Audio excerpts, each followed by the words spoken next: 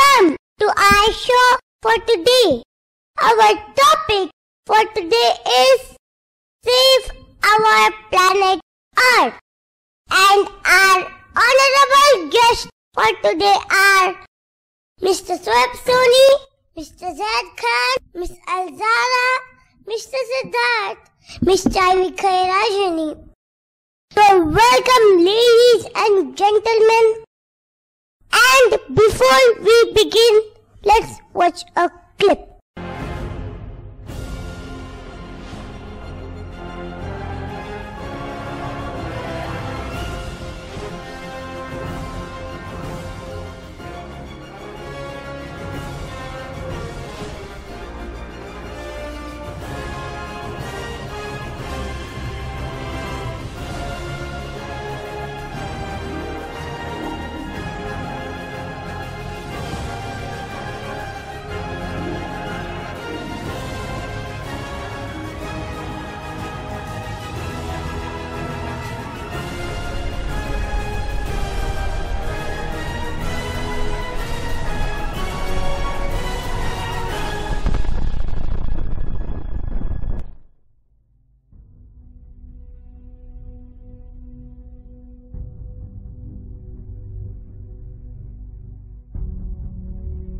Well, I wish to put my first question to Mr. Shoaib Soni of Section Blossoms.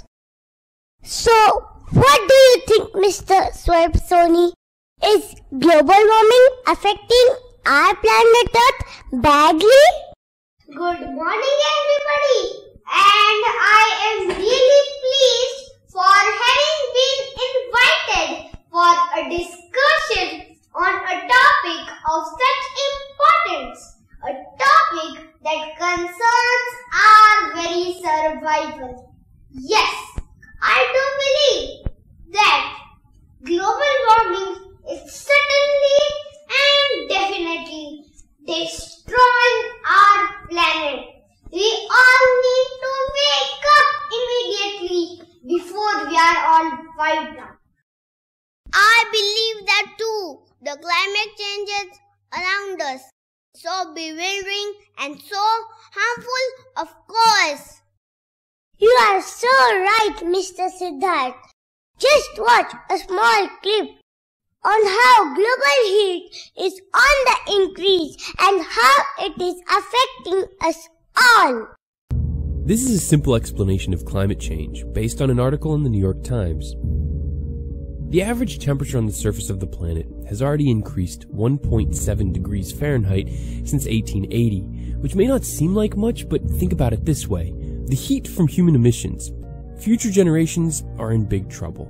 But for now, it'll gradually continue to get warmer and storms will grow more intense, with longer periods of drought in between. But longer term, if emissions continue to rise unchecked, the climate disasters will be so severe they will destabilize entire nations, send millions of refugees across borders, cause widespread extinction of most species on Earth, and melt the polar ice caps, leaving most of the world's coastal cities several feet underwater. All this could take centuries, but something like the sudden collapse of agriculture would trigger immediate chaos in society.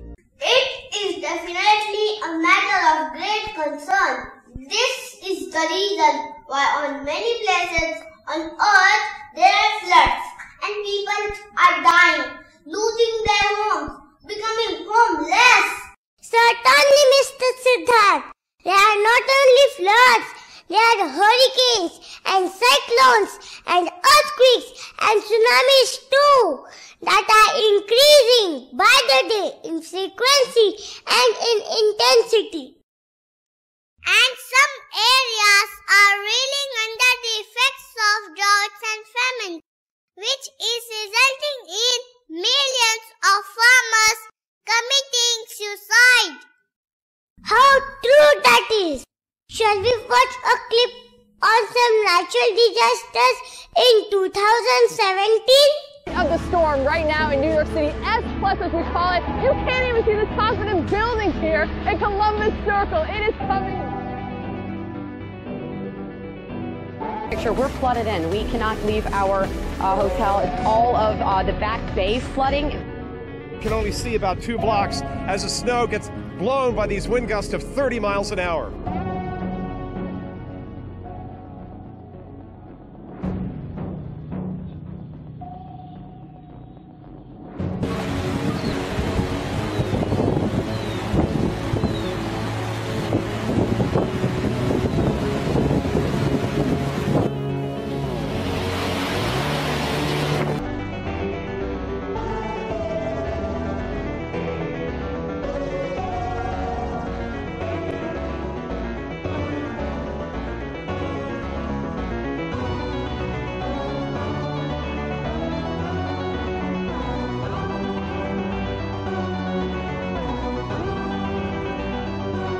Ecuador has been hit again by a powerful earthquake measuring 6.7.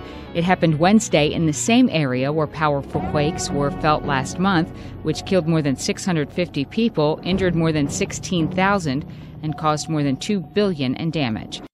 Actually, we humans ourselves are responsible for this horrible situation. Industrialization and technological advancement has brought us all to a very high level of development. But isn't it also leading us all to our destruction? What you are saying is so true, Mr. Sir. But then, what should we do? I think we also need to speak about our dwindling natural resources. We are all aware only 1% of water on our earth is drinkable. It is getting exhausted too. What shall we do without water? What a point you have made, Miss Alzara. If we talk about natural resources, almost all our non-renewable resources are getting exhausted. Talk of oil and petrol and gas and coal. Without fuel, how shall our factories and vehicles run? The day this valuable resource finishes, we all are finished too. If water diminishes, there shall be no rain. If there is no rain, there shall be no trees, no forest, no crops, and no food. There shall be only desert remaining on earth. My goodness! We are cutting trees and making houses, cutting trees and using them as fuel, cutting forests and making cities. And what inheritance and what future are we leaving for our children? What shall we do then? We must plant more trees, save every drop of water. We must save all our valuable resources wisely. We must start using renewable resources much more prudently and much more wisely. That is easier said than done. Many humans don't think very far, don't realize the long-term effects of their actions. The biggest challenge is how to make masses understand. Environmental pollution contributed to the deaths of about 9 million people in 2015. That's nearly 15 times as many deaths from war and all forms of violence. That staggering figure comes from a study published this week in the medical journal The Lancet.